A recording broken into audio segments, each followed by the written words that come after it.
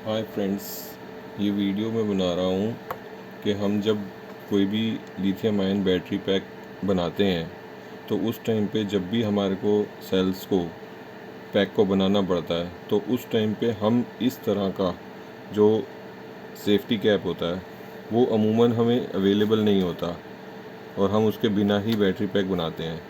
तो मेरा रिकमेंडेशन ये है कि अगर आपके पास ये चीज़ अवेलेबल है तो आपको ये लगानी चाहिए। उसके पीछे का रीज़न मैं आपको बताता हूँ क्यों। अगर अवेलेबल है तो आप इसको प्लीज़ ज़रूर लगाएं अपने बैटरी पैक के अंदर।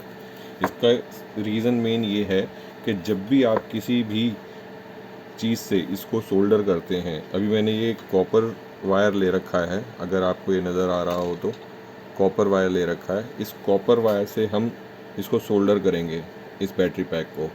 तो जिस टाइम पे हम कभी भी किसी भी वायर को यहाँ पे सोल्डर करते हैं तो उस टाइम पे सोल्डर करते टाइम पे हमारी सोल्डर की वजह से, सोल्डिंग आयरन की वजह से, क्योंकि वो गर्म होती है, तो वो जो हीट होती है वो सिर्फ सेल के सरफेस पे नहीं जाती, ये पूरी वायर पे स्प्रेड होती है हीट। तो जब ये सेफ्टी कैप होती है तो उस टाइम पे जो सरफेस के ऊपर हीट ट्रांसफ़र होती है इस कॉपर वायर के, वो हमारी डायरेक्टली इस पीवीसी इंसुलेशन के ऊपर नहीं जाती, क्योंकि सेल्स के ऊपर जो ये पीवीसी इंसुलेशन लगा होता है, अगर आप सोल्डिंग आयरन से इसको सोल्डर कर रहे हो तो उस टाइम पे ये वायर हीट होएगी। और क्योंकि ये पीवीसी शीट होती है और ये यहाँ पे माइनस कॉर्नर के ऊपर जो है, ये इस सेल का माइनस पॉइंट यहाँ पे होता है और प्लस इसके बिल्कुल नज़दीक आ रहा होता है। तो इसलिए कोशिश ये कीजिए कि अगर ये अवेलेबल है सेफ्टी कैप तो आप इसको लगाएं। और उसके बाद आप इसको लगाने के बाद, इस तरह से लगाने के बाद, आप अपना सोल्डर यहाँ पे कर सकते हैं किसी भी वायर को। सोल्डिंग के टाइम पे आपका अगर वायर हीट होगी भी तो भी वो इस इंसुलेशन को जलाएगी नहीं, जो ये पीवीसी इंसुलेशन होता है, ठीक है। और साथ में एक चीज़ और आप देखें कि जब भी आप कभी किसी कॉपर वायर को सोल्डिंग के लिए यूज़ करते हैं तो कॉपर वायर के ऊपर एक किस्म की लेयर चढ़ी होती है। ध्यान से आप देखें, इसके ऊपर आपको कलर नज़र आएगा कुछ और है, और यहाँ पे इसको आप देखेंगे तो यहाँ कलर कुछ और है, क्योंकि इसके अंदर कवरिंग होती है, एक पतली सी लेयर होती है, तो उसको हमें इसको हटाना होता है।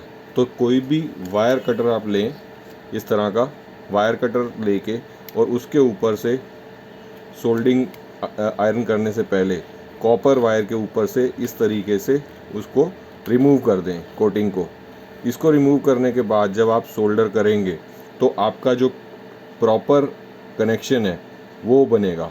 अगर आप इसके अंदर से इसको रिमूव नहीं करेंगे तो ये आपकी हर जगह से कनेक्शन प्रॉपर नहीं बना पाएगा। और दूसरी चीज़ ये कि जिस टाइम पे आप इसको सोल्डर करते हैं उस टाइम पे आपको सोल्डिंग करने के बाद एक एक सेल को इंडिविजुअली चेक करना चाहिए कि ये डिस्कनेक्ट तो नहीं हो रहा है यहाँ से। सोल्डिंग के बाद इस तरह से आप लगाने के बाद, सोल्डर करने के बाद, एक एक सेल को चेक कीजिए कि यहाँ से ये डिस्कनेक्ट तो नहीं है। अगर ये डिस्कनेक्ट हो गया तो ये इस सेल को चार्ज नहीं करेगा और इसका बैकअप आपको नहीं मिलेगा और आपका बैटरी पैक बैलेंस नहीं हो काम करेगा, क्योंकि वो डिस्कनेक्ट हो जाएगा सेल, और वो सेल डिस्कनेक्ट होने की वजह से आपका बैटरी बैकअप प्रॉपर नहीं बनेगा, ना फुल चार्ज होगा ये सेल, ना ये पावर डिलीवरी देगा। तो इस वजह से आपका बैटरी पैक सही तरीके से काम नहीं करेगा।